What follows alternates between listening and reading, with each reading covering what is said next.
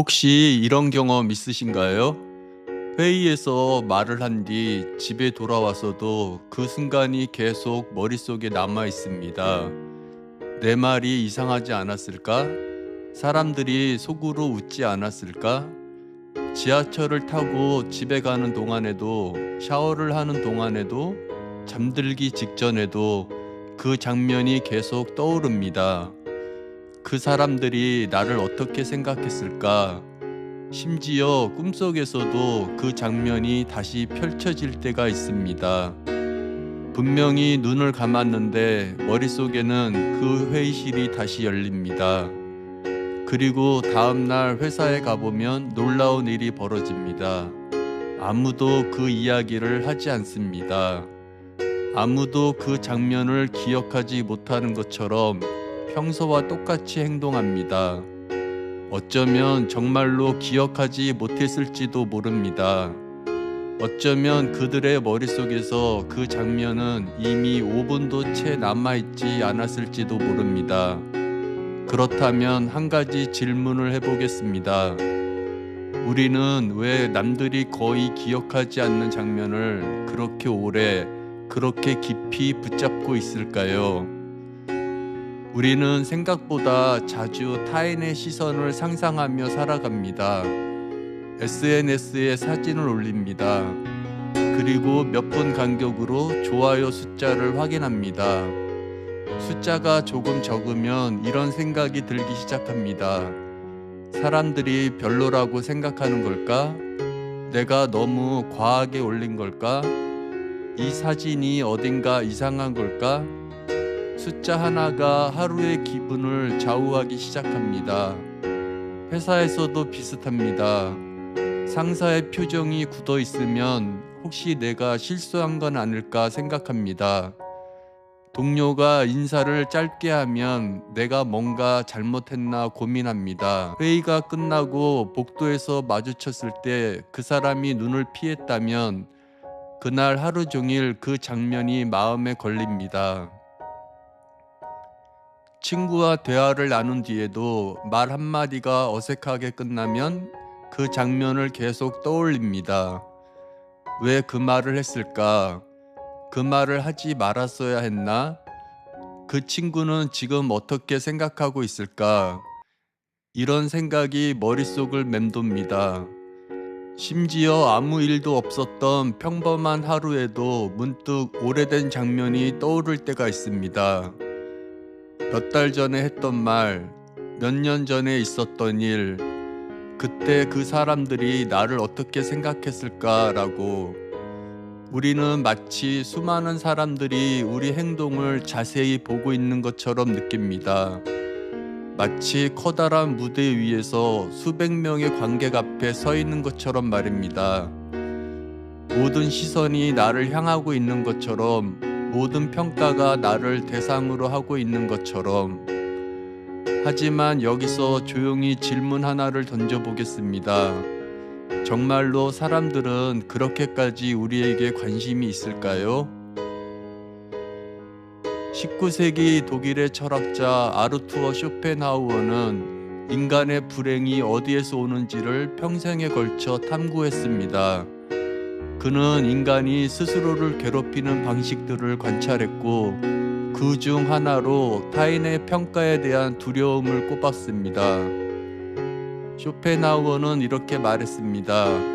사람들이 타인의 의견을 두려워하는 이유는 타인의 관심을 과대평가하기 때문이다. 우리는 종종 이렇게 생각합니다. 사람들이 나를 보고 있다. 사람들이 나를 평가하고 있다. 사람들이 나를 기억하고 있다. 하지만 현실은 조금 다릅니다.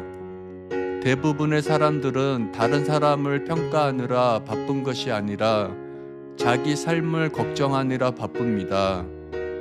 오늘 해야 할 일, 이번 달 생활비, 미래에 대한 불안, 가족 문제, 건강 문제, 사람들의 머릿속에는 이미 수많은 걱정이 들어 있습니다. 그래서 다른 사람을 오래 관찰할 여유가 거의 없습니다.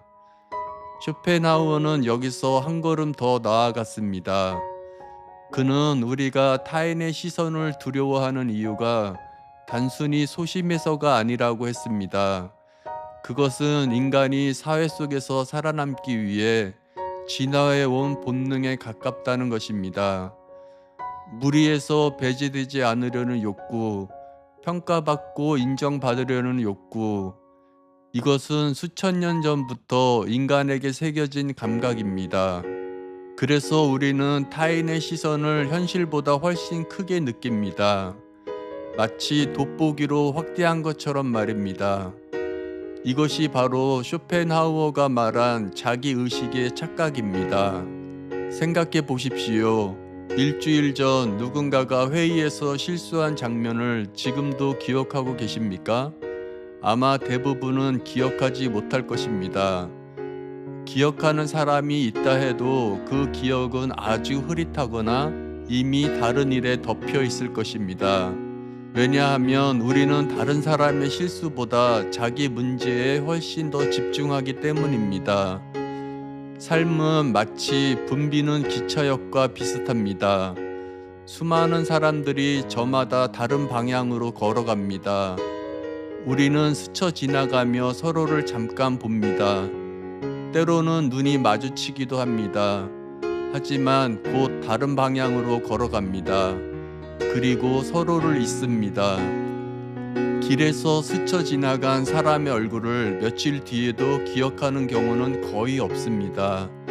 설령 그 사람이 아주 인상적인 차림을 하고 있었다 해도 일주일이 지나면 기억에서 흐릿해집니다. 우리의 삶도 비슷합니다. 우리는 서로의 인생 속을 잠깐 지나갑니다. 그런데 우리는 종종 자신이 무대 위에 서 있는 배우처럼 느낍니다. 모든 사람이 자신을 보고 있는 것처럼 말입니다. 하지만 실제 삶은 무대가 아니라 거리입니다. 사람들은 잠깐 보고 곧 자기 길을 갑니다. 우리는 자신의 이야기에서는 주인공이지만 다른 사람의 이야기에서는 잠깐 등장하는 인물에 불과합니다. 그리고 그것은 비극이 아닙니다. 오히려 그것은 우리에게 주어진 조용한 자유입니다. 여기서 조금 더 흥미로운 질문을 해보겠습니다.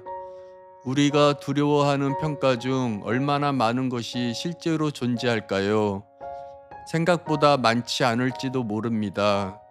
왜냐하면 우리는 종종 타인의 생각을 직접 보는 것이 아니라 상상하기 때문입니다.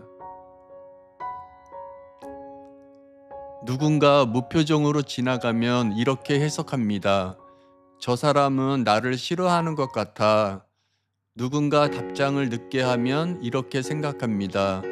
내가 뭔가 잘못했나? 하지만 그 사람은 단지 바빴을 수도 있습니다. 혹은 아무 생각도 없었을 수도 있습니다. 무표정은 피곤함일 수도 있고 답장이 늦는 것은 단순히 핸드폰을 못 봤을 뿐일 수도 있습니다. 그런데 우리는 그 빈 공간을 걱정으로 채웁니다. 자신을 향한 부정적인 평가로 그 공간을 메웁니다. 마치 어두운 방에서 옷걸이를 괴물로 착각하는 것처럼 말입니다. 방이 어두울수록 옷걸이의 그림자는 더 크게 보입니다. 하지만 불을 켜보면 그저 옷걸이일 뿐입니다. 우리의 두려움도 마찬가지입니다. 타인의 시선이라는 어둠 속에서 우리는 존재하지도 않는 괴물을 만들어냅니다. 멀리서 상상할수록 더 크게 느껴집니다. 하지만 가까이 들여다보면 그 시선은 생각보다 훨씬 작습니다. 혹은 아예 존재하지 않습니다. 심리학에는 스포트라이트 효과라는 개념이 있습니다. 사람들은 자신이 생각하는 것보다 훨씬 적게 타인에게 관찰된다는 것입니다. 우리는 스스로를 무대의 중심에 놓지만 실제로 관객들은 다른 곳을 보고 있습니다. 쇼펜하우어가 말한 자기의식의 착각과 심리학이 말하는 스포트라이트 효과는 결국 같은 이야기를 하고 있습니다. 우리의 고통 중 상당 부분은 실제 세계가 아니라 우리의 머릿속에서 만들어진다는 것입니다. 여기서 조금 냉정한 사실 하나를 이야기해 보겠습니다. 사람들은 당신을 생각보다 오래 기억하지 않습니다. 당신이 걱정하는 그 장면도 대부분의 사람에게는 이미 지나간 순간입니다. 그 사람은 지금 다른 일을 생각하고 있습니다. 오늘 저녁에 무엇을 먹을지, 이번 주말에 무엇을 할지, 자신의 미래를 어떻게 준비할지, 그들의 머릿속에는 이미 다른 고민들이 가득 들어 있습니다. 당신이 걱정하는 그 장면이 그들의 머릿속에서 차지하는 공간은 생각보다 아주 작습니다. 아니, 어쩌면 이미 그 공간조차 사라졌을지도 모릅니다. 그래서 타인의 기억 속에서 우리는 아주 잠깐 등장합니다. 마치 길을 걷다가 스쳐 지나간 사람처럼 말입니다. 얼굴을 잠깐 보고 곧 잊어버립니다. 하지만 우리는 그 짧은 장면을 몇 시간, 며칠, 때로는 몇 년 동안 붙잡습니다. 그리고 그 장면을 반복해서 재생합니다. 더 나빴을 가능성을 상상합니다. 더 심하게 평가받았을 가능성을 상상합니다. 그렇게 우리는 이미 사라진 시선 앞에서 스스로를 계속 세워두고 있는 것입니다. 문제는 타인의 시선이 아니라 그 시선을 계속 불러내는 우리 자신의 기억일지도 모릅니다. 그렇다면 어떻게 하면 조금 더 자유로워질 수 있을까요? 쇼펜하우어는 거창한 수행을 요구하지 않았습니다. 그는 단지 이것을 명확하게 보라고 했습니다.